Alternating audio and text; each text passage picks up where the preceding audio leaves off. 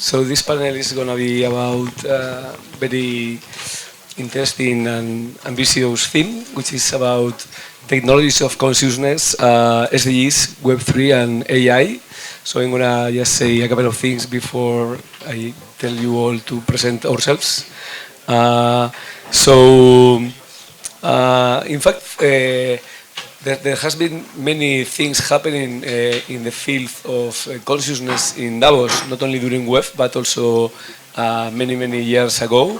In fact, 40 years ago, International Transpersonal Association conference was happening here in Davos in 1983.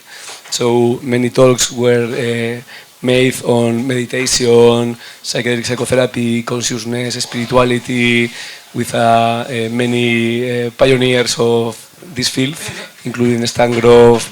You can see in the screen if you want to have the information, but Stan Grof, Dalai Lama, Elizabeth Kluwer-Ross, Jack Cornfield. So this was a big event, and it was happening here like 40 years ago.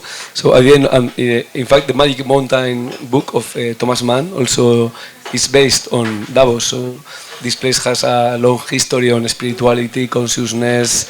So for those of you who don't know what are the technologies of consciousness, basically are all these techniques and technologies that can help us to improve our mental health and also our level of consciousness. And I just came here first time to Davos Web in 2020 because there were happening some talks on psychedelic assisted psychotherapy. And I could not even believe that this was happening in Web because I couldn't find the connection between Web and this theme. But then I realized that all these side events were happening, the whole Undavos conferences, like between 50 and 100 side events, as far as I know right now. So so I came 2020. I ended up presenting my book in 2020. I don't know what happened with the PowerPoint, but anyway, I ended up finishing presenting my book in 2020. Then in 2022, it was a whole house of medical psychedelics happening, a whole conference in psychedelics happening here in Davos. Can someone fix the screen, the PowerPoint?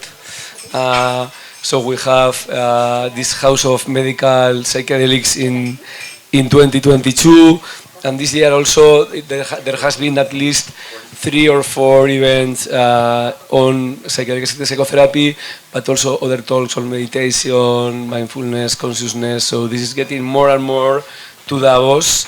So I have already held 2 events during this week regarding these themes. One was more focused on transpersonal psychology, the other one was more focused on technologies of consciousness.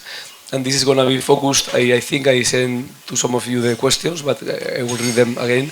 This is going to be more about the connections between technologies of consciousness, Web3, and artificial intelligence. Sorry, what was the last one? Technologies of consciousness, Web3, artificial intelligence, plus SDGs. So you can just jump into the themes you think you can say something about, because I know each of you are expert in a different field. So I'm going to read. Read the introduction. Yeah, so I'm going to read the 4 questions, so you can start thinking about them, and then you can introduce yourself, and then I'm going to start one by one. Okay? So the questions are these ones, no? This was what we addressed yesterday, so it's not going to be a focus. The focus is going to be more in Web3 and AI, no? But the first is how can the different technologies of consciousness, meditation, psychedelics, etc., align people and companies with the SDGs on a scale, okay, to make more impact. The second question is how can technology, and particularly Web3 related technologies, be combined with technologies of consciousness to increase their impact in society and align people and companies with SDGs on a scale to make more impact? The third is the same, but regarding AI. Okay, so these are going to be the 3 questions. So if you want, you can just introduce yourself first, and then we can start with the first question. Well, myself, I am Iker Puente. I am the CEO and founder of the Integrative Transpersonal Institute, which is regarding all these technologies of consciousness. We do both education and psychotherapy. Yeah, so long story short. I'm Tammy, Scarlett, Executive Director of, the mic's going in and out. I'm Tammy, Scarlett, Executive Director of Unify, which is a global nonprofit for world peace and global impact, and also the founder of the Impact Portfolio by the White Lotus Global Initiative, which is working on models for scaling impact and efficiencies through collaborative optimization. I also do some advising for companies on transition, scaling, and C-suite placement. And this past year, I've done that for a number of organizations, specifically in the psychedelic space. So that happens to also be pertinent today. Hi, my name is Yip. I'm CEO and founder of Jedi. Jedi is inspired by Star Wars. It's about people, or peacekeepers of the universe, who use technology as a force for good. Our mission and vision is to make peace more profitable than war, and we produce technologies that catalyze collaboration in multi-stakeholder contexts that require a lot of alignment and co-creation, because you have complex issues and you have little of time to solve. Any issue such as a green transition, how do we catalyze the green transition? How do we solve cybersecurity problems is right down our alley. My name's Don Pickering. I'm CEO of Sysmeta. We're a technology company based out of London and Seattle. I've built 5 companies, done AI for robots doing diffusing bombs for the Navy, building, cleaning up nuclear waste, building things in space. This company is focused on bringing intelligence, technology from the intelligence world to build a collective intelligence platform that accelerates sustainable transition. So how can we connect capital, reprioritize capital to fund technologies that have the most efficacy to accelerate our transition as successfully as possible? And I'm also on the meditation side. I meditate an hour to an hour and a half every day with singing Hindu mantras. So kind of a run on both sides of the fence there. Hello, I'm Sharon London. I would be probably applicable to talk about this panel of my work at the United Nations with the World Summit of Nobel Peace Prize laureates, where I met Brian at the U.S. Institute of Peace and at Singularity University of NASA. But currently, I'm living my childhood dream, which was to be a zookeeper. I'm doing volunteer work at a retired and orphaned zoo sanctuary in a town called Sharon, Wisconsin, and my name is Sharon, so that's amusing to me. I am also part of White Lotus Global Collective, their impact portfolio, and I'm just honored to be here. Thank you very much. I am Alexander Tsado, co-founder of Ahura AI, as Brian had mentioned before. My background in AI was really when I was brought into NVIDIA to help work with the cloud service providers across the world to install their very first AI GPUs and grow out that business and serve a pretty large proportion of the AI companies using GPUs today. My big piece has always been around just being more conscious of how we choose to apply artificial intelligence, thinking about the implications of the applications that we choose and figuring out things like, is this widening the gap? Is this solving problems that we actually care about? Beyond just thinking, are we going to be making a lot more money? And so looking to share some of those perspectives today. Back to you, Iker. Thank you. So the first question was about this, no? How can different technologies of consciousness can align people and companies with SDGs on a scale? But I know your expertise is more in technology, so maybe we can skip this one and go to the Web3 and AI and then come back to this one. But I just want to address something that is very interesting. Is this book regarding, it's called What the Dormouse Said, How the 60s Contraculture Shaped the Personal Computer Industry.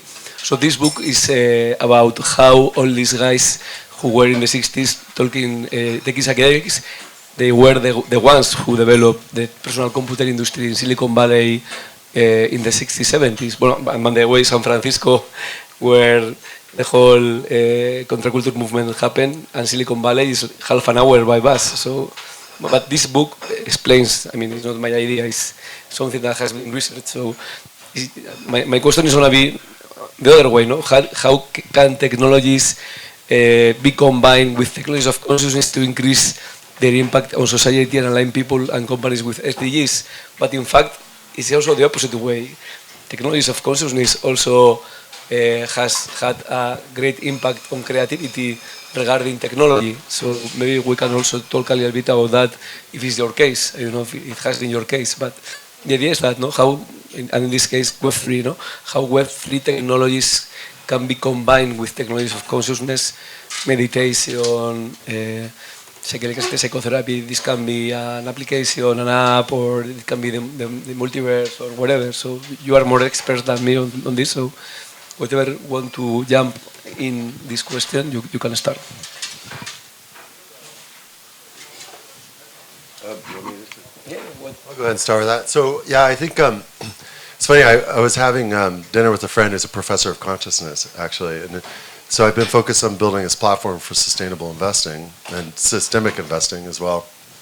And in talking with him, he was talking about they're doing a lot of work in meta-science, sort of the science of science, and realizing that there's a lot of common sort of threads. He had a student that was working on studying the way brain cells are structured, and realized there's a lot of continuity between that and how our brain is organized and how human networks are organized.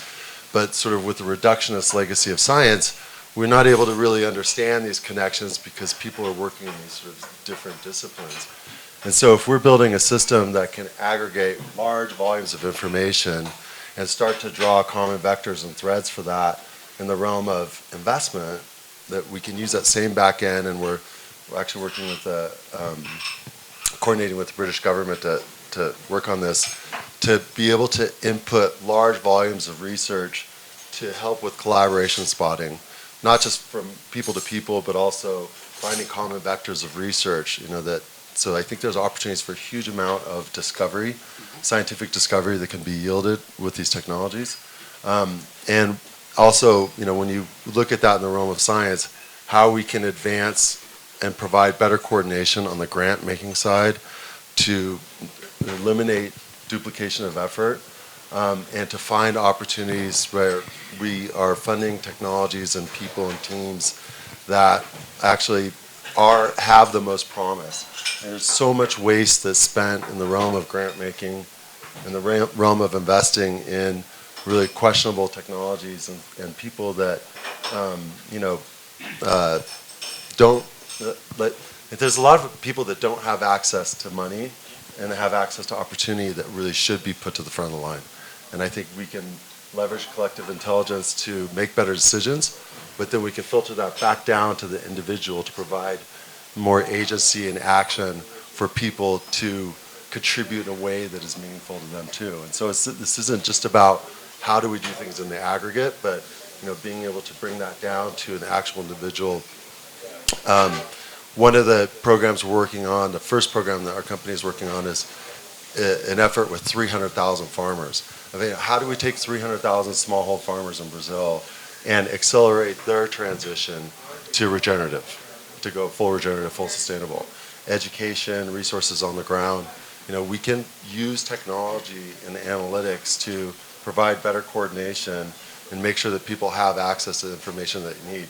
And we can't wait for the governments to do this. We need to do this through kind of a collective sense making, collective prioritization. And it's my belief that we have all the technology and all the resources to solve the problems that we need in this world. Mm-hmm. We just lack the coordination to do it, and we lack the empathy in our systems to do that. We can make that happen. Mm-hmm. So, thank you. And maybe if you can say in a few words for the people who don't know what is Web3, if you can define Web3 in a few words. Yeah, just by show of hands, who of you is in the room already knowledgeable about Web3? Okay, majority, that's wonderful. Then I can start with one step back. For me personally, coming from the business side of things and having studied business and economy, Web3 is an evolution of the internet, where Web 1 was the internet in which information costs were reduced to nearly zero. Right? So what it enabled was education across boundaries, accessible, affordable education for everyone. You could access an online library of all the world's information at very affordable costs if you knew how to. Then there came Web 2. The impact of Web 2 was that communication costs went literally down to zero. When I grew up, when my family had a phone call to Vietnam, it was like really expensive, just 5 minutes talking to the relatives. Nowadays, I send a WhatsApp, I'm in a Wi-Fi here, costs me literally nothing. So that's Internet Web 2, the Internet of communication that brought down the costs of communication to nearly zero. Now, what is Web 3? It's the next evolution, and I think we're about to reach the tipping point. We are still not there yet because we haven't yet had the killer app, right? Like how ChatGPT just reached, I don't know, hundreds of millions of users in a very short time period. That hasn't happened yet with Web 3. But the promise of Web 3 is that it will drive down the cost of economic transactions and the sharing, anything related to the transaction costs of economic activity, down to zero. That's from an economic and business point of view.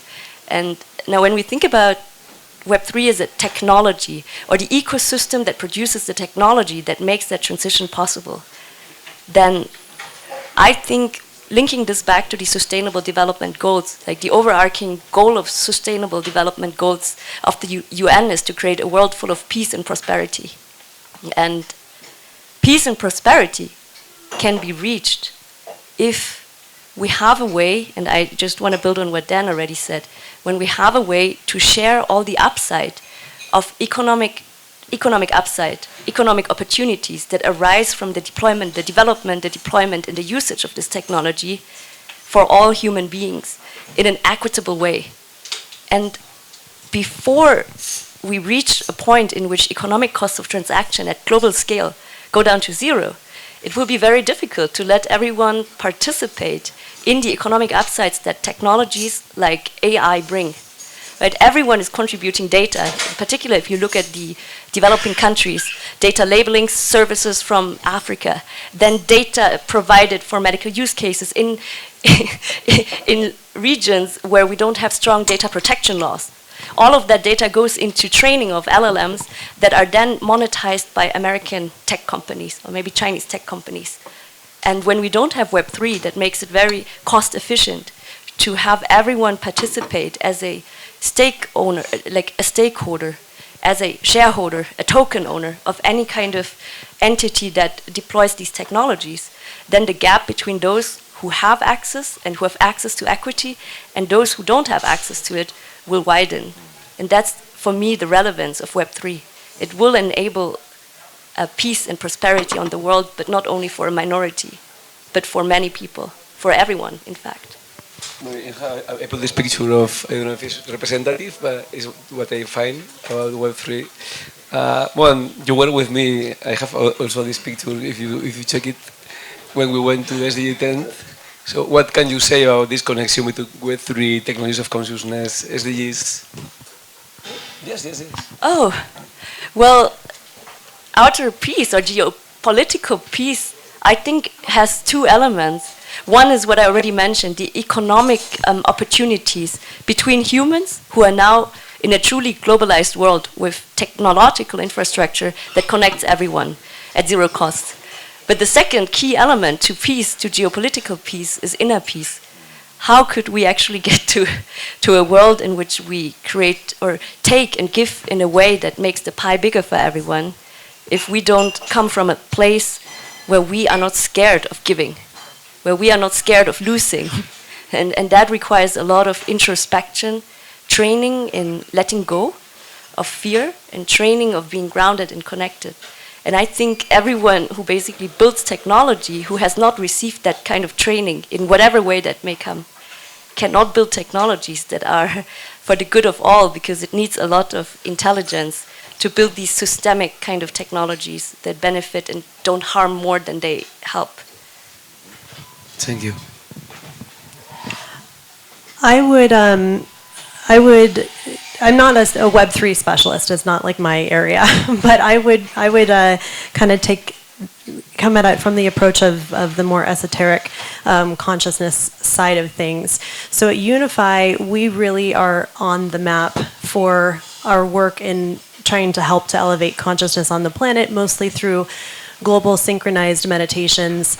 In 2014, we broke the Guinness Book of World Records with Deepak Chopra for the largest global synchronized meditation. And in 2016, we worked with the UN on Peace Day and saw a combined total reach of 2 billion in participation for Peace Day that year, which we haven't been able to get beyond since. 2016 was a very unique year for many reasons. But I would say, how can technology be combined with technologies of consciousness, especially for the SDGs on scale? I would say the SDGs is one way that we can measure or reflect on how the collective of humanity is working towards something perhaps successfully together. But I think it really comes down to how much as a whole, as society or the collective of humanity, how much we're going to place value on the things that are intrinsic, the things that are our nature, the things that are our essence. We have a friend who's an advisor of the Impact Portfolio. He's the founder of, or co-founder of a company called Logos, and they have an amazing AI matching engine for people that they just rolled out a new version of, and of course it's growing at the speed of AI. And he has advised the Impact Portfolio to be extremely intentional about building in culture tech. That was not really a term I was super familiar with before, but he said, hey, let's take really good time. We'll sit in like ceremony together. We'll be together in these spaces and be fully present and even meditate and even kind of wait in this patient space for what is true to emerge as our values, where if we're projecting what's true in the future and looking backwards and saying, what did we desire to create and how did we get there? What are the elements that are true as our values that are present? And then we come back to right now and say, how do we build those things into the models that we're currently structuring? Then we have a way to have some substance and some lasting power in the things that we're co-creating. So I think that the answer for me to this would be we can only scale what people will participate in on some level. And it's only going to continue to be meaningful in as much as we have successfully built in that culture tech, or in, I guess, layman's terms, built our values into the structures and systemic models that we're co-creating together. And the more that we can place a value on that as being important, as being something that we take time to do in the beginning and not as an afterthought, seeing what we left out, then I think that will give us a greater chance at a successful scale. In fact, I heard that Deepak Chopra is in the multiverse now.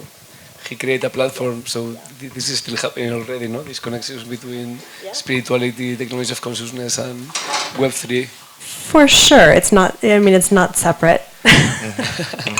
And Iker, actually, I think it was really great you asking these questions. I actually never thought of, I don't know why, I have not talked of AI and SDGs together. So this is a good time to think about that. And with that, I'm wondering, as experts on the panel about this technology, I'm wondering, the top AI companies in the world, are they working on SDG problems? Or what's the SDG coverage? I wonder what that answer to that question is. Because I just think of Facebook and Microsoft, and I think of advertising. I think the big companies are even not aware about what SDGs are. Okay. I mean, even myself, I was not aware. I didn't know what the SDGs were until 2020 when I came here. So I don't think the CEOs of the Silicon Valley companies know anything about. I would love to add, though, to that. You know, even if you're maybe not intentionally working with that framework, what the big companies like, for example, Meta and Google have done is they have pioneered Web 2. They were the main drivers for making the cost of communication go down. Right? They are the ones who created the internet, the mobile phone, in a way that everyone sitting in any country in Vietnam or other countries that would not have been able to participate in the global markets can now take a gig economy job and earn New York-style wages for doing jobs. And this was, if they wanted or not, it was like a door they opened to many billions of people. No, that's powerful. I'm glad you're mentioning that. So it's helping me at least think of the ways that they have positively contributed to these ways that we are to improve life. Coming from Africa, I would say I'm excited about AI's potential to do more with less. Right, it's automation potential to do more with fewer resources.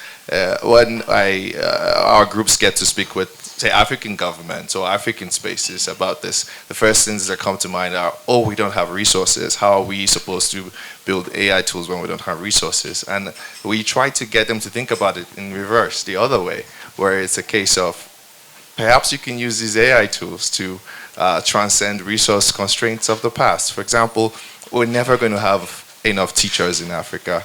We're never going to have enough doctors in Africa. And these resource constraints go beyond Africa. There's places in the US that are never going to have enough teachers or doctors either.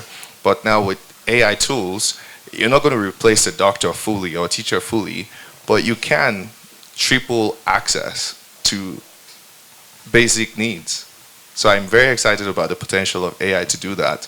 And looking forward to solutions built in that space. And the final thing I'll say there is, I think you were mentioning about data protection, the absence of those laws in African countries and other countries in the global south. I would even take it further beyond just data protection laws and talk about the need for building infrastructure on top of which AI solutions can be built by the local innovators. Right, and of course GPUs, because I come from NVIDIA, and in fact any compute infrastructure that can support the local communities to build solutions to their own problems. I think it's a very big thing to prioritize. So coming as a person who was working in emerging technologies since the 1990s, I'm talking about things that were absolutely incomprehensible at that time, that are still just starting to emerge. And same thing with now. So there's so many things, especially from like the SDG impacts and the ethics impacts and the consciousness impacts, that still are things that are bubbling up within us, but somewhat incomprehensible. And then one of the things about the SDGs, I have some very dear friends who work at UN headquarters. And within that group, this isn't confidential, but it's not necessarily something that's been discussed. Sustainability is about sustaining. We're not doing okay even with that. And as my new friend next to me was discussing, we're now looking towards regenerative. We're trying to regenerate. We're trying to make things better. And we're trying to transform and bring consciousness to the picture. Sustainable is not necessarily an enlightened, conscious word to be used. So within the UN, the people that I feel are like the most evolved human beings, they're really, really looking at evolving this word. And there will be a conference towards the end of the year on this subject. Where is one of it? Is public this conference or no? No, for sure the word of sustainability is not perfect, but the concept of what they are talking about, no, the gender inequity, well-being. I mean, all these people on planet, no, it's like even the word is not. Yeah, is making things even better than how they are now, not just sustaining the thing, but making them happen, no? Because they are not happening now. I think, one of the things I think about is like what's it like for somebody on the ground? Like, how do we meet them where they are? And when when I look at climate change in particular and the impact on food security, and and particularly in Africa, where there's hundreds of thousands of smallhold farmers, right? And so many farmers that, and the potential for displacement, from farmers aging out, so the next generation not coming in, not understanding how to deal with climate change, drought, flood conditions affecting food productivity, things like that. I think loss of cultural connection when people are displaced, and there is cultural connection. There's huge humanitarian issues associated with that. So how do we figure out how to use technology to minimize displacement in the first place? And then how do we soften that displacement if it does happen? And I think that there's things that we can, again, we have a lot of the tools and technologies, they just haven't been integrated or thought about how we can make it work. If you have a farmer in Africa, and actually a lot of people do have phones, if you just could understand what a farmer grows, how much they grew, and what the price that they might be getting for it. It's just that amount of information. You could sort of you could use that, interface that with climate models, climate data, GIS data, to figure out on a prioritized basis, what farmers will be under threat in what order, and what information they might need to have resiliency, and to provide them with the education or the resources or the micro-subsidies to affect that. And you could do that at scale. And if you can affect 50,000 farmers that might not, and have them sort of maintain productivity in a changing climate and get ahead of that curve, you can have a big impact at scale. And so I think we have to think of it from the perspective of how can we give people services in a way that they can actually access and make use of it. And I love the idea of environmental populism. I'm not a fan of populism in general, but the concept of, there's information that we have about ourselves that can be useful. And if, we have the capacity to use that information to better our lives, or to have other people, the smallhold farmer in Africa, use their information specific to them to get what they need. We should be thinking about designing the systems that could deliver on that. And so, yeah. Go ahead, go finish. And I just think there's a huge opportunity in doing this. And I'm not looking at it from I think with our company, there's a lot of money that can be made with Wall Street and with the big transitioning big ag. And we don't want to make money on the backs of small farmers. But the same technology that we're building to facilitate Wall Street being more efficient and accelerating transition, or these big ag companies, can also be used to help the smallhold farmer. And I think that as entrepreneurs or CEOs or people, or on the services side, that we should be thinking about what the experience is like for the individual on the ground and the smallhold farmer, not just the big corporates, and how we can use the profits and the tools that we're provisioning for the big guys to facilitate the needs for the individual on the ground at scale. May I? So Don, I couldn't agree more with what you're saying, and the concept of utilizing the business sector intelligences and these other areas is part of what our impact portfolio is built on.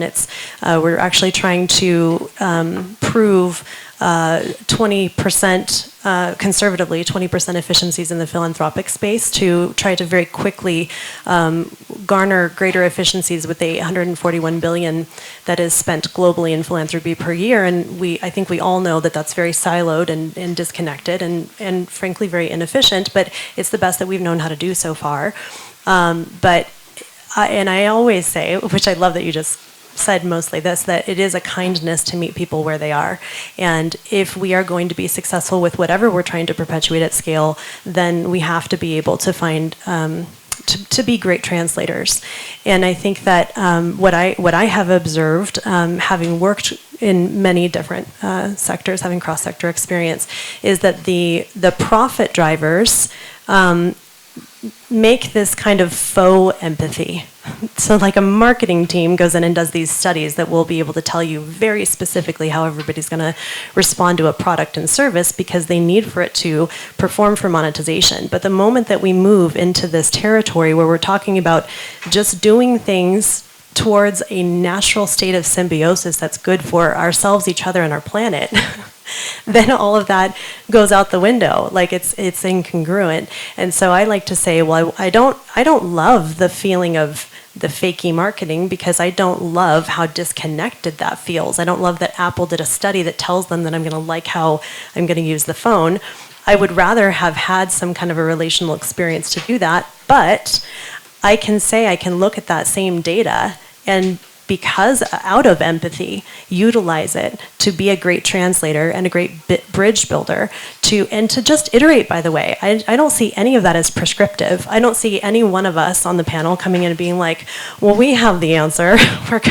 Let me show you all how it's going to be done. It's like, that isn't even the emerging way of things. That doesn't seem to feel good to anybody right now. I feel like right now is the time of rapid prototyping and iteration, and for that to be a co-creative process as much as possible with a fullness of presence and full activation of self, and then from that see what it emerges and try. But utilize everything we have available to us as humanity, including all of that empathetic data.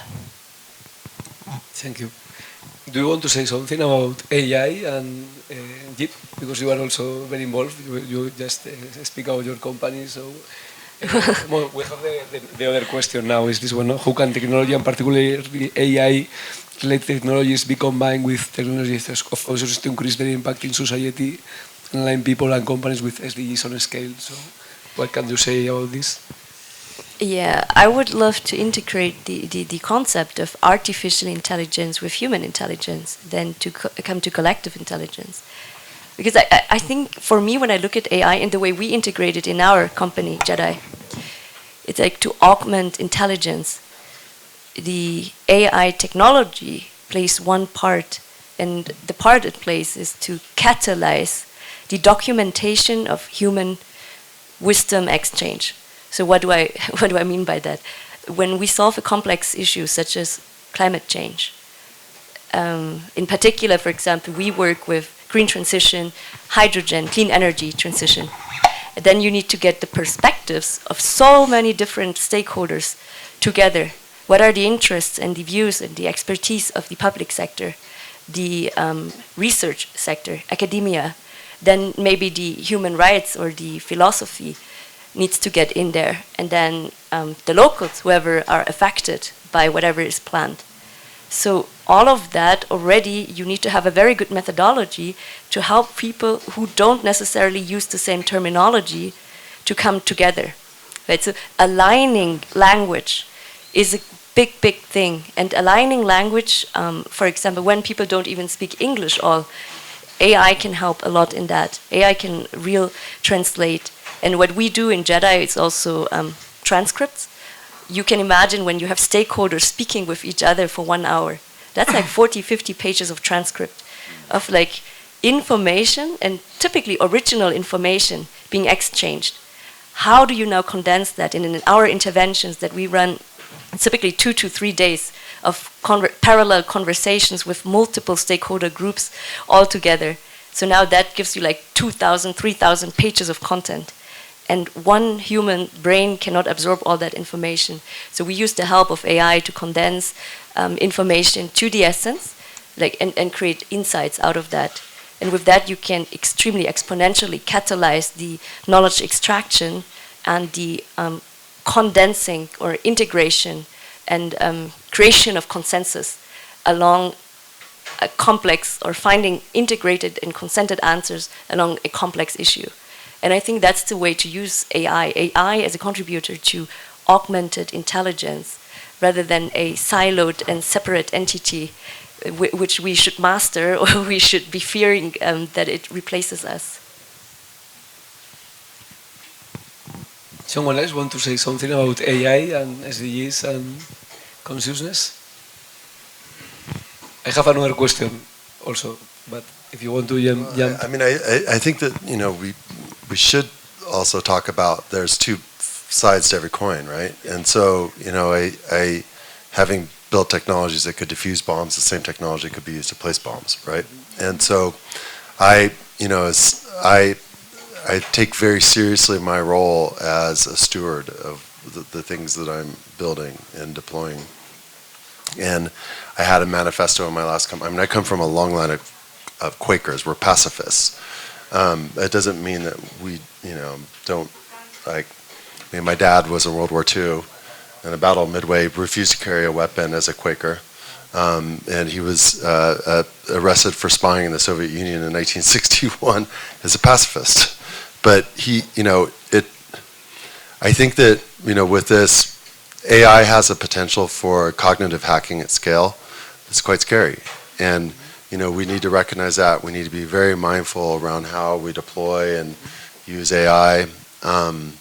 I also think, though, that it can, the lingua franca sort of capability of it is really important. We have a lot is lost in translation, and I think that when you look at the capacity for blended finance, right, or how can we take complex projects and give these projects the information, the support that they need at the different levels that they need across the complexity or the life cycle of a project. It's really important, right?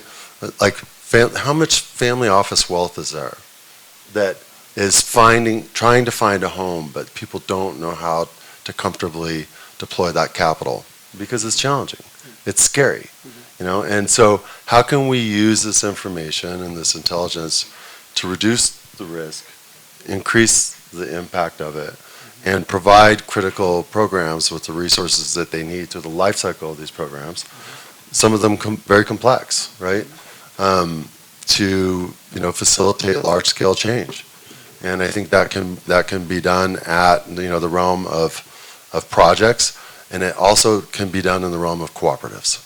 And I think that the potential for AI in facilitating large-scale cooperatives that sort of reduce large corporate influence and or government, undue governmental influence is important, because we don't just live in the world of big corporates. There's large syndicates and conglomerates of smallhold farmers that can, as a collective, can get the resources and the information they need to facilitate and contribute to sustainable transition and climate resiliency.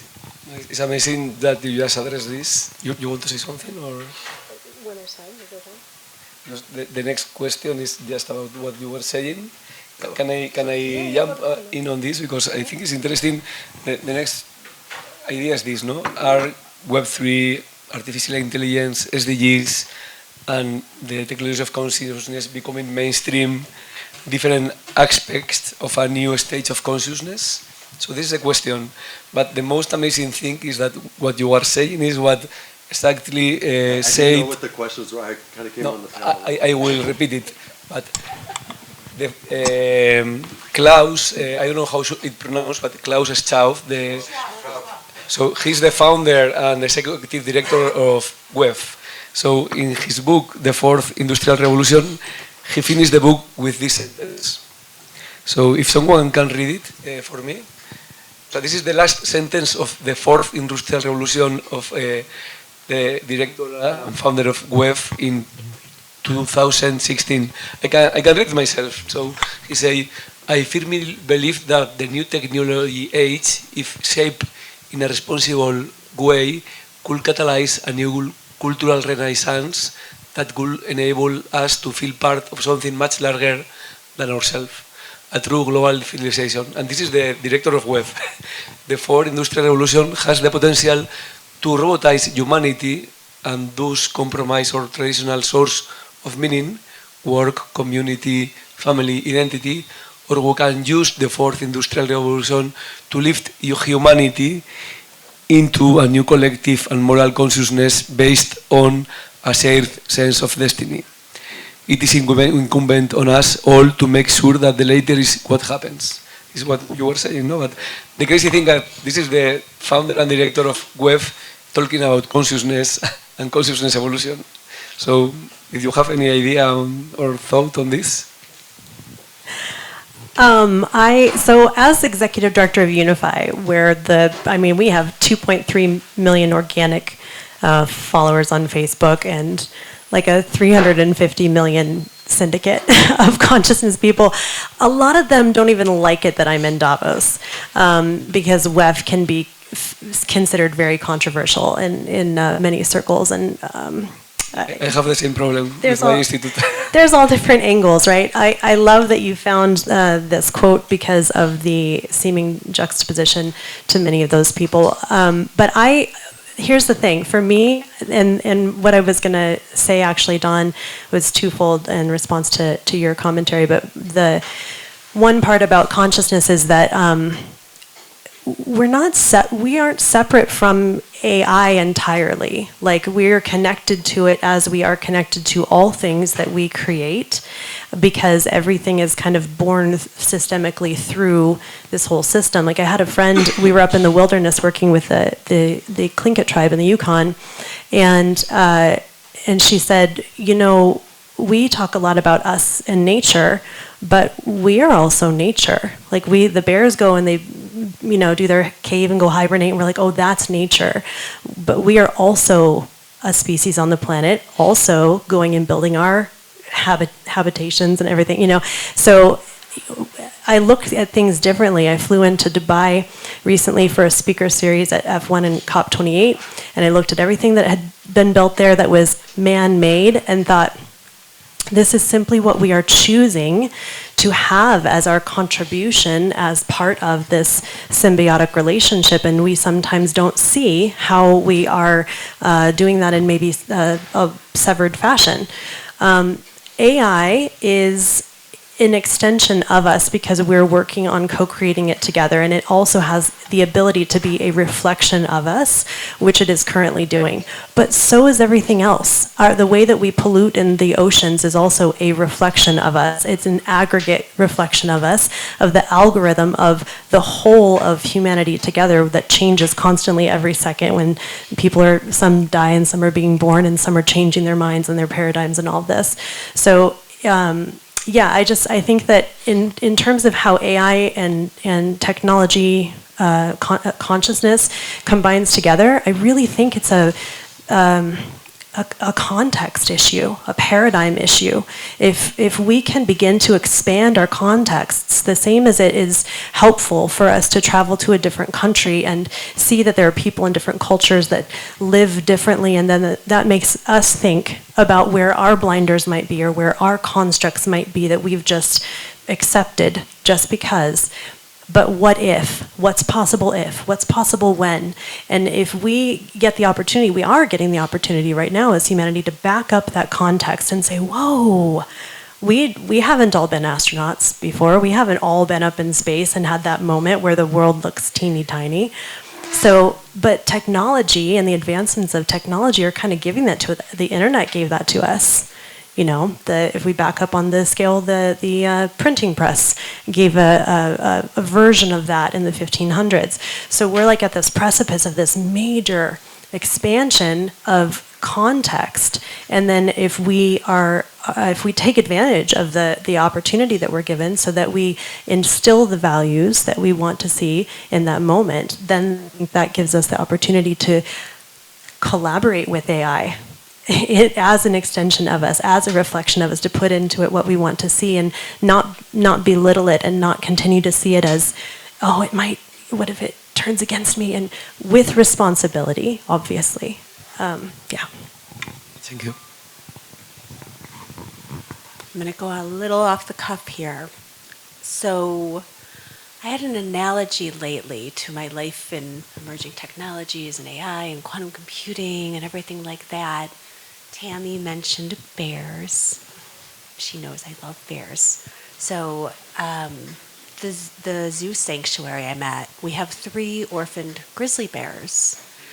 And in nature, right before bears hibernate, they are ravenous. They are running around. They will attack people. They will do anything to get enough food in them before they hibernate.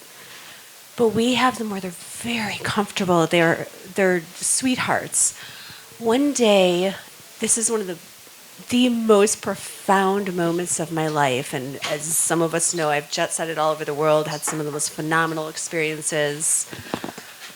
The bear cage broke, and there are 3 enormous grizzly bears. If you haven't seen grizzly bears, they are like, make brown bears and black bears look like cute little puppies. The cage broke. It's not a very strong cage to begin with. I went over. They always grasp for grass outside of the cage, even though they have plenty to eat. I went over and I sat with them and I handed them grass, and they were eating it out of my hand. There's a video of it.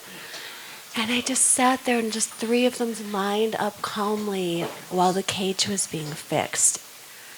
And it said so much about this. It's so much about WEF is considered these, overlords of the world, and that they're greedy and they're doing this and they're trying to destroy everything. And maybe they are. Who am I to say? I don't know. I'm not in that room at this moment. I'm here. But when people feel, and when bears and when nature feels like they're provided for, and when AI is put together by the right people, because AI is not, as it's, Elon Musk was like, this is not a smart person. This is like every person who has ever existed in all of humanity throughout all of time. Their intelligence, not their wisdom, but their intelligence, is combined with high-level computing, soon to be quantum amalgamating, soon to be quantum materials computing. That feeling of security for everyone and everything, and even computing, will level out the playing field. And so, as we said in an earlier panel, everybody is their own hero, and they're just trying to make their lives better and those that they care about.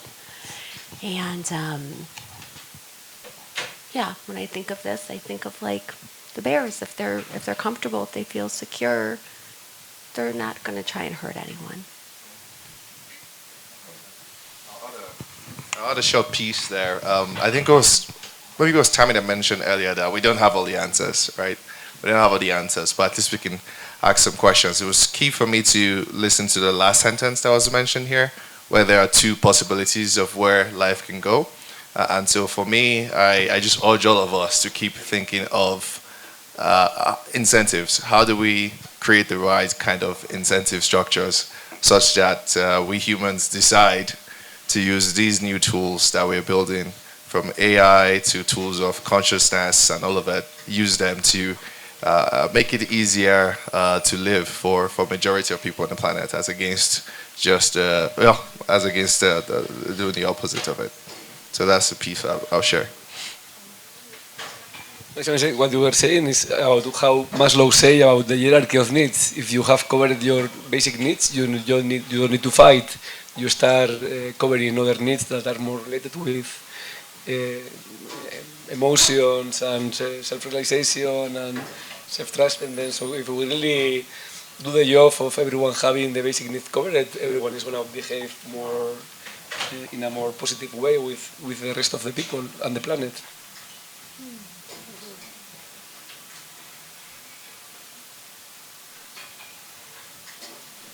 I don't know why I'm thinking of this right now, but it's interesting with all the meditation work that I do, the mantras and so forth. It's a nice, it's half of my practice is clearing my chakras every day and charging them. So grounding in, clearing myself so that I can connect up.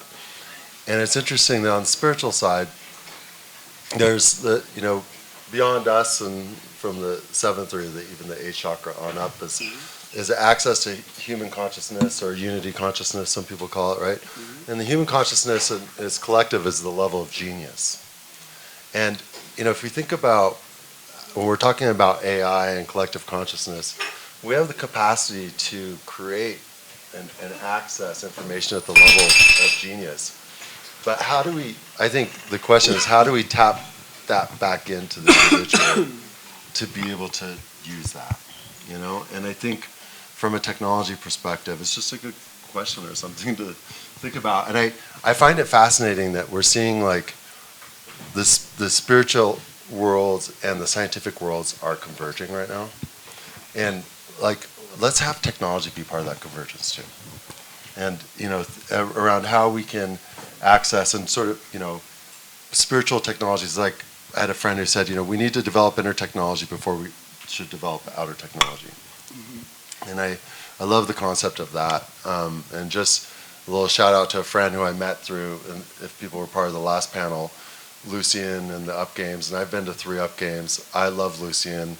And, you know, it's not just 1,000 people that have brought a vision for the future of what we can build, but it's those 1,000 people, we're all becoming in a network now and collaborating and working together.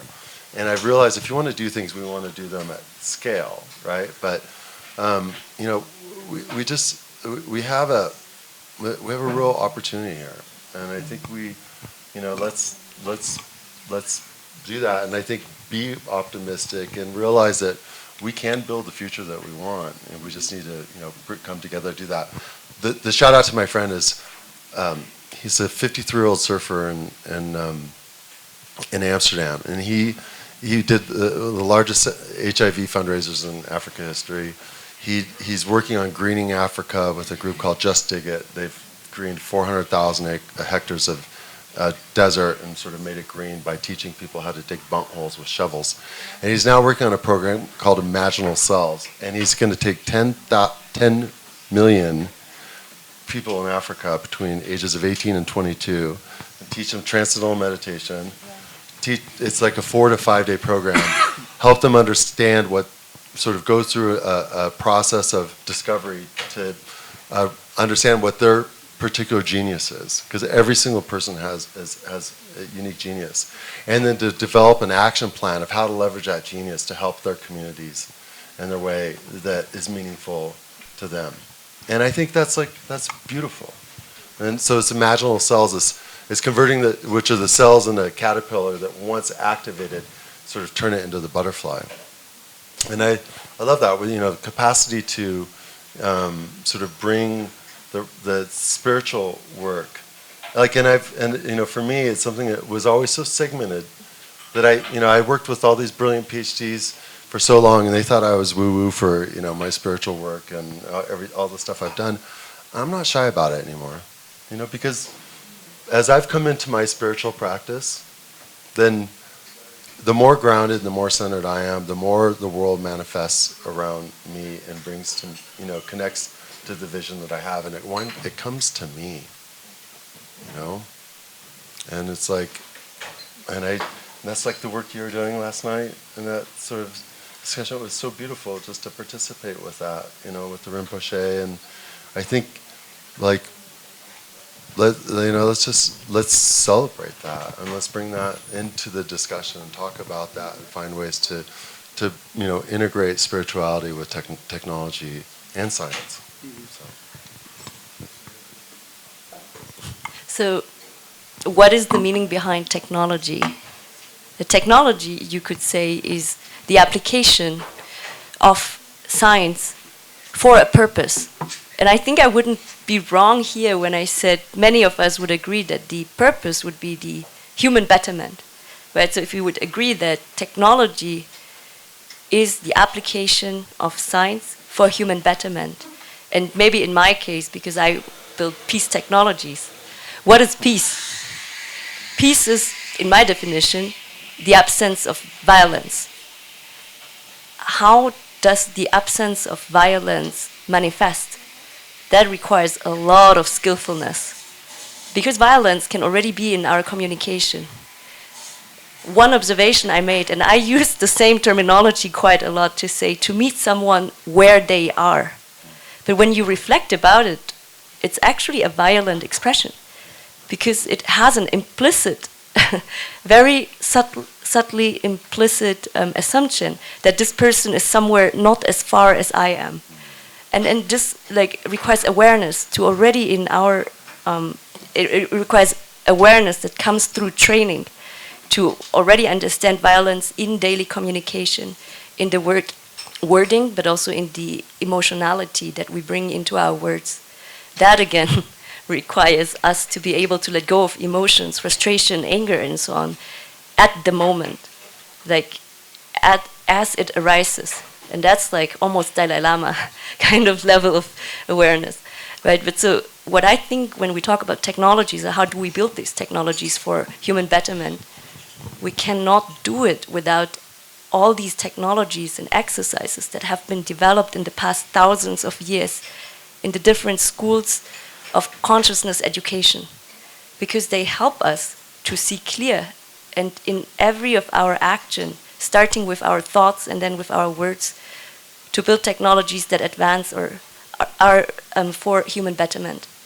And for example, in Jedi, I mean, it's just a fun name, but for me personally, the philosophy behind Jedi is there's something like a Jedi pledge, right? You kind of pledge to understand peace, but to understand peace means to stand under peace, right? And to stand under something, it means like, you know, a thought of peace becomes embodied because it goes through your body into your 2 feet so that you can understand it. And that's kind of why we, for example, in Jedi, we have built brands for education. One of them, I just wanted to show it because I love it. It's Sustainer. It's like AI and Web3. And it's a community for women and non-women who use technology to advance these sustainable development goals. And they do it in a systemic way. And I think consciousness and technologies cannot be separated, because if we don't practice conscious being, then we cannot build technologies for the betterment of humanity. And that's why, all in all, whatever we say, it's always apples and bananas, but in that sense, we all, I guess, would speak about true embodied consciousness. In fact, I also put this slices. This is the spiral dynamics theory of Don Beck, who Ken Wilber's also developed, and they talk about co-creation. I mean, so what I was proposing here is that Web3, SDGs, the technology of consciousness becoming mainstream and AI becoming mainstream are things that are happening at the same time, because they are not separate. It's the evolution of consciousness that it takes all these different ways of expressing. I mean, SDGs has less than 10 years, Web3 has less than 10 years, psychotherapy became mainstream in the last 10 years, mindfulness became mainstream in the last 10 years, AI became mainstream. I mean, if you see from that perspective, it's like, okay, if you step back and we see, and it's what you see in Promenade, no? You walk, and last year was Web3, this year is AI, SDGs has been there for all these years. And when I walk in Promenade, it's like, okay, how is consciousness evolving now?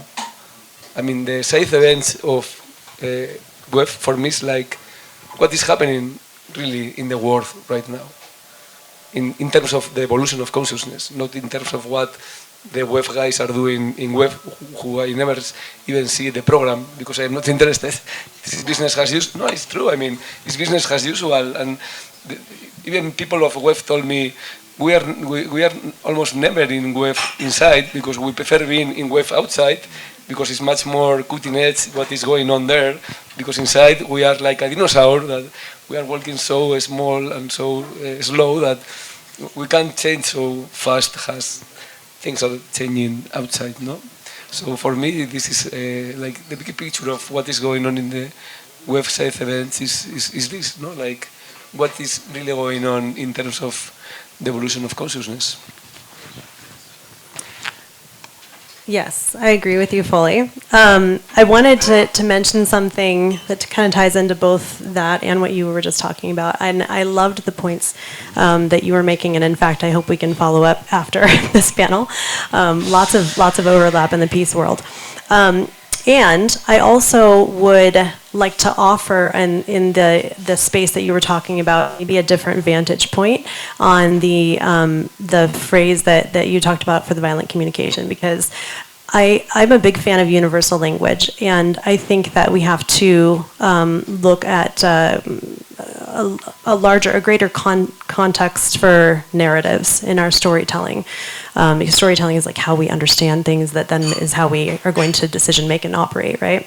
But that particular phrase, the meeting people right where they're at thing, I think that that this is a context issue, because if we're talking about, you know, me saying I'm just gonna meet you right where you're at so we can just get you out of the stuck place you're in, there's like a belittling to it. But when we're talking about meeting humanity right where we're at, it's like there's not a difference. We're talking about all of us co-elevating together and utilizing what we have the ability to see or imagine for a possible future to bring that into a reality, which is, I think it's very compassionate. And so the same phrase with like the same wording could be violent or non-violent based on context. So I think it's really important for us to be talking about contextual storytelling and contextual narratives, especially in this emerging technology space. And to your point, I mean, last year I didn't go into every doorway and hear something on the agenda about consciousness, and this year consciousness is popping up all over. I was on a panel in Sonos with Undavos. That was a consciousness panel, and there were several other consciousness panels there. And I thought, well, that's something. I mean, go 10 years back, and it wouldn't even have been allowed in any business conversations anywhere.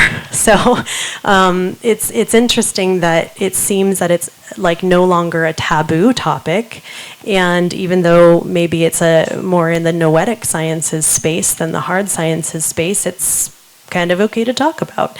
I think that is going to serve us well in these next 12 to 24 months as things rapidly emerge. Well, I'm gonna, because you say this, this is another thing that is interesting. Last year I met Frederick Chao. He was giving a talk in a family business network dinner in the SDG tent, and he's the co-author of this book with Erwin Laszlo, Forward Deepak Chopra, The Dawn of the Era of Well-Being. So he was talking about consciousness to all the Web and SDG UN people last year in this dinner. So, and it was like, I mean, you are talking about consciousness here. So he has just wrote another book. You just mentioned last year in the dinner. His last book is this one, One Choice, One Worth, The Rise of the Well-Being and Happiness Economy. Wow. So this is amazing how, because he came from the business. I mean, he's part of one of the wealthiest families of China, so, and he's on consciousness also, he's on web, he's inside, so he's talking about all this. I mean, he brings hundreds of copies of his book, and he's giving, so, and we are doing another event this evening. It's not going to be here, but today at 5 I'm going to have a conversation with Frederick Chao about his book and all these things that we are addressing also. It's not going to be in the House of Trust, I don't know, maybe it's going to be in Sonos, by the way, in the bar, but if you want to know, I will send you the information. But it's going to be at 5:30 for sure, somewhere in Promenade. So, but if you want to say something about this, what do you think about this idea of the rise of well-being and happiness economy? Do you think this is something that can happen, that the economy focused on well-being and happiness? I was the first chief well-being officer in a German company, and I sorry. CWO, Chief Wellbeing Officer, because I thought the notion of well-being has like two notions, right? The being, that is like all the mindfulness, the practices, the consciousness trainings, and then well, that's the morality. What do I stand under? What's my purpose? And I thought we need to establish that as a strategic corporate role on board level in the company. And I think US had established that before with Deloitte. CWO was Jennifer Fisher. But I want to come back to this Web3 angle, because that was the topic of today. I don't think any economy is going to happen for happiness and well-being when we don't have a Web3 at a point where every human being who contributes or not contributes to society, but is a member of that economic society, can get a fair share out of that. And actually, Don mentioned the cooperatives. Like AI will enable cooperatives What is a cooperative? It's a collection or collective of individuals who stand under one common economic purpose and share the rewards equitably. Right, and in the Web3 space, we already have these concepts. It's technology-enabled collectives or cooperatives are called DAOs, decentralized autonomous organizations. I think DAOs will still take a few years to really hit scale because technologies and infrastructures, platforms need to be built and awareness education. But I think the next evolution of DAOs, I wrote an article about that 2 years ago. I think it's called TAOs. What are TAOs? TAOs are transient, anti-fragile organisms. Because without consciousness, we cannot have the fear, eliminate the fear of impermanence. Nothing in life is stable. Our life is not stable. So when we can have organizations and are okay that they come and they go and don't hang on to them, then we reach a point of collective consciousness. Anti-fragile, that's a skill of resilience. You benefit from adversity. We know that the world every day becomes more adversarial. And then the way out of it is to become resilient in an anti-fragile way. You benefit from it. What doesn't kill you basically makes you stronger. That requires trainings. And instead of talking about organizations, you would think in the future with consciousness, you can speak about organisms that will respect the nature in us, in our interactions, in our artificial collectives of interests and collectives. So the future of DAOs is like TAOs, and TAOs can be possible when Web3 hits scale. Can you repeat TAOs? What is the meaning of TAOs? A transient, anti-fragile organisms. You know, you asked if this rise of well-being and happiness is a possibility in the world. I think that a lot of people who are in power need to understand what happiness is, because they're not looking for necessarily happiness, they're looking for satisfaction of their ego. And they're looking for power, and they're looking to win stuff. And that's not true happiness. And once they really understand that, the world will be a much different place. The world, I don't know if will is the word because it doesn't seem feasible in this day and age, but the geopolitical situation is not derived off of happiness, except for maybe like Bhutan has the global happiness product that they're devising instead of the GDP. Very few places are besides, also the UN happiest places, Denmark some years, Helsinki other years. They're basing this on happiness as opposed to like power and influence and egoic versions of happiness. So I think that definition needs to be understood before we can kind of even understand if this is a feasibility. There's sort of 100,000 years of evolution that in many respects work against that. I think we live there's a lot of fear in this world. There's a lot of sense of, people sort of focus on individual themselves rather than the benefit of the whole. And I think a lot of the systems that we have sort of reinforce that type of keeping people in power and keeping the wealthy. As we can sort of build these next systems, I think, which sort of give people a path to agency, then I think, given a choice, if people have a choice, then they want to contribute and make a difference. But we have to find a way to meet the fundamental needs that we have to get there. Education, healthcare, general wellness, and I think we can make that switch. But there's a lot of people that live with sort of a lot of grief, and I think the struggle because they can't break out of either the inner struggles that they might face before they can move into that place of agency. I'm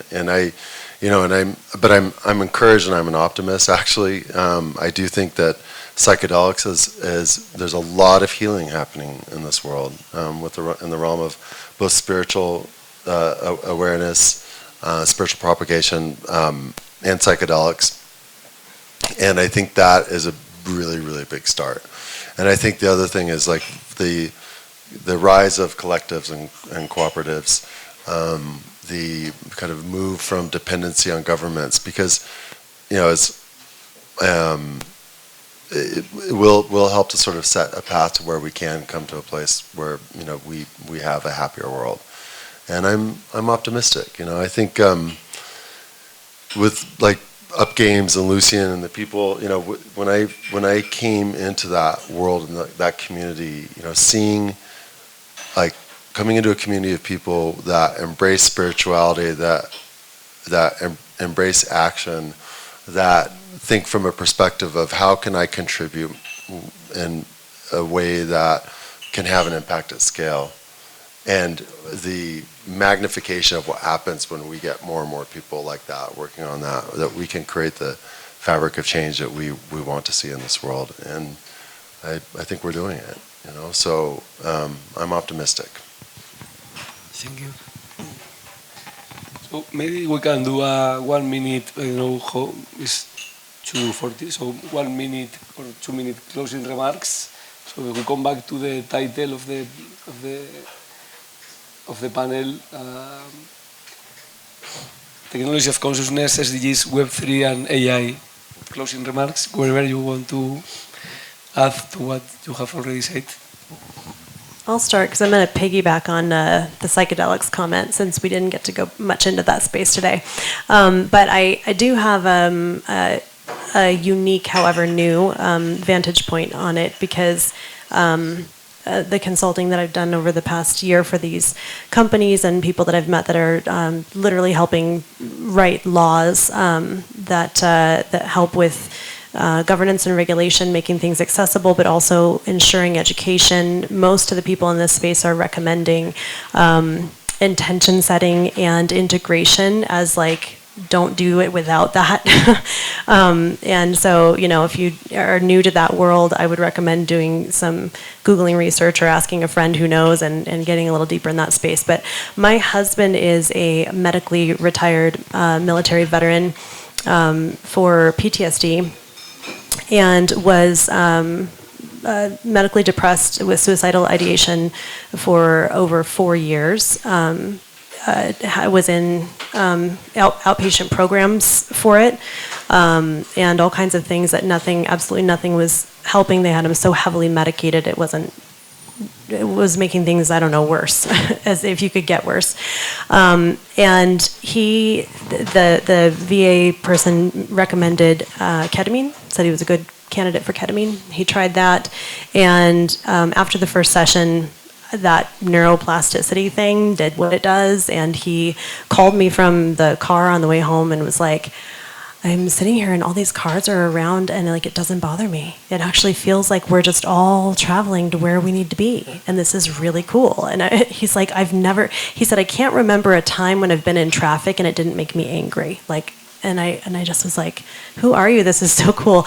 And then he did that for like 6 months, and then he moved to a few, I don't know if I'm allowed to say this on the panel, psilocybin treatments, and started doing some microdosing with that, all under guidance. And that then made him no longer dependent on the ketamine. And so like, he's not substance dependent right now, and he's not having suicidal ideations. And all of this was made possible through the psychedelics. Now, I don't believe that humans require substance innovation at a regular, you know, on a normal level in order to access the things that are readily available for us in whatever you want to call it, the air, the unified field, life, existence, anything. But I do think if we're talking about rapid acceleration that's probably really necessary at this critical juncture, then it could be a great tool. And it's emerging anyway. If anyone was at the MAPS conference in the US last year, they were bursting at the seams. They've never been so well attended. This is something that is the new wild, wild west of sorts, and it's going to move forward, whether it's carefully curated or not. And so much like this AI space and technology and Web3 space that really needs everyone who is present to do work for good, to move humanity forward for good, to be a part of it, so does the psychedelics space. So let's all do good work together in these spaces. Thank you. Well, you can Google the theme, or you can read my book also. Or I read have- his I book. have a book. Yeah, I wrote this book on psychedelic assisted psychotherapy, and I interview all these guys who are doing the good work, including Rick. So, I want to read your book. I have not much to add apart from if we really want to make peace more profitable than war, then we best collaborate right now, because there's no time to waste if we want to build a peaceful world together. I would add Ibogaine to the mix. It's an incredible work being done with Iboga and Ibogaine. But yeah, I do think we're at the end of an era and the beginning of a new era, and we're in transition. And I think that if we can, bring the spiritual communities together with the scientific communities and technology, and operationalize empathy, sort of inset empathy into our political structures, our business structures, that we can address the problems that we have. And so I'm optimistic. I think we need, we're on the front side of a major reprioritization of capital. There's a lot of money that, deployed in the right ways, could really make this transition, instead of a hard blow, a soft blow, and I think set the stage for a beautiful world to come. And I think about that with my daughter just got engaged. I'll probably be a granddad in a few years, like 3 years from now. And I think about the world that my grandchildren are going to live in, and I'm encouraged. I really am. But things are gonna get more difficult before they're gonna get better. And we all need to work and ask ourselves, what we can do to help and make this transition as smooth as possible. That was a very smooth transition to transition. I am also going to touch on some of these subjects. Psychedelics, I went to a MAPS small event that we're discussing, having not done psychedelics. My psychedelic was having flatlined when I had a near-death experience. But what I said when they asked us why we were there, and everybody was saying all these beautiful experiences that they were having, I said, I actually haven't done it, but anything that brings out emotion and brings out feelings to the surface, as opposed to the current pharmaceuticals, which are basically stifling people's feelings, I am in alliance with that. And I feel that way in some ways about our current geopolitical situation in the world. There's a lot coming to the surface. There have been tensions, great tensions with all these countries for a long time. This is not new. This didn't just come out of left field if you haven't been maybe paying attention to global politics. And I'll say a really quick experience I had. I was visiting people I knew in the West Bank of Palestine, going through Israel, and we did a workshop on nonviolent communication with both Israeli and Palestinian women and their children in one little area that they're able to meet in, which is right outside of Jericho. And then I went on my way to go see a friend of mine and go into Gaza. On the way to Gaza, there had been a ceasefire. There hadn't been the slightest problem for years. And I was talking to my mom, and all of a sudden I hear and a very loud alarm, and I didn't have any access to what that was, and it was a missile coming in. And I was staying with a friend's mother that I know from a conference at Harvard, and she comes out and she calls me Sharon, and she's like, Sharona, yalla, which means let's go in Arabic, even though she's Israeli. And I looked at her, I tilted my head, and I realized what was going on, but it took me a split second. And I covered the phone so my mom couldn't hear the alarm. And I said, Mom, oh my gosh, I just realized this phone call is so expensive. I've got to go. I love you, Mom. I love you. And I hung up. And I ran into the missile shelter, and I was there for 4 days with 144 missiles. I didn't have my phone, and I wanted to say goodbye to everyone. And that gives me so much empathy for what's going on right now, because both sides, just deep empathy. But to be in that Israeli household and to understand that these people just want to stay safe. And through any means possible. I mean, I don't have children, but I'd imagine if I had kids, I would do anything to keep those kids safe. And just seeing it from that perspective, I think, is so imperative for so many reasons and so many levels. And that's all I have to say. In fact, interesting that is being done a study, ayahuasca ceremonies with Palestinians and Jews is being published already. MAPS is doing it, so it's interesting how also these tools can be used for creating, bounding people and getting feelings going out and being empathetic with the other side of the conflict, no?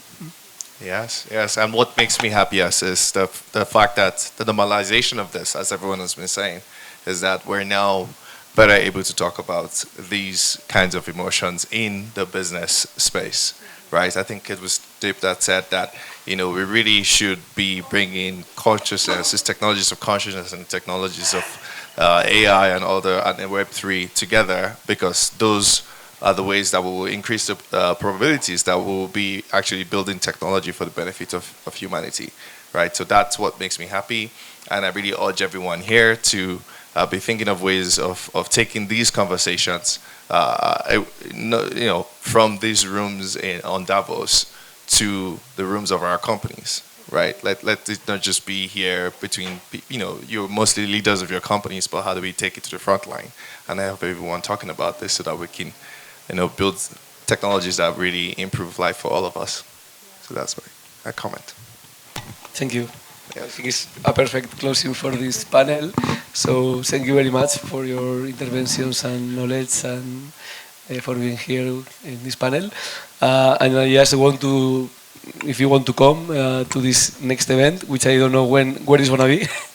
I know it's going to be at 5:30 in Promenade, but I don't know where exactly, but I think it's going to be an interesting continuation of this panel, talking about how consciousness can also be applied to economy and companies. So, yeah, thank you very much. And let's continue the conversation.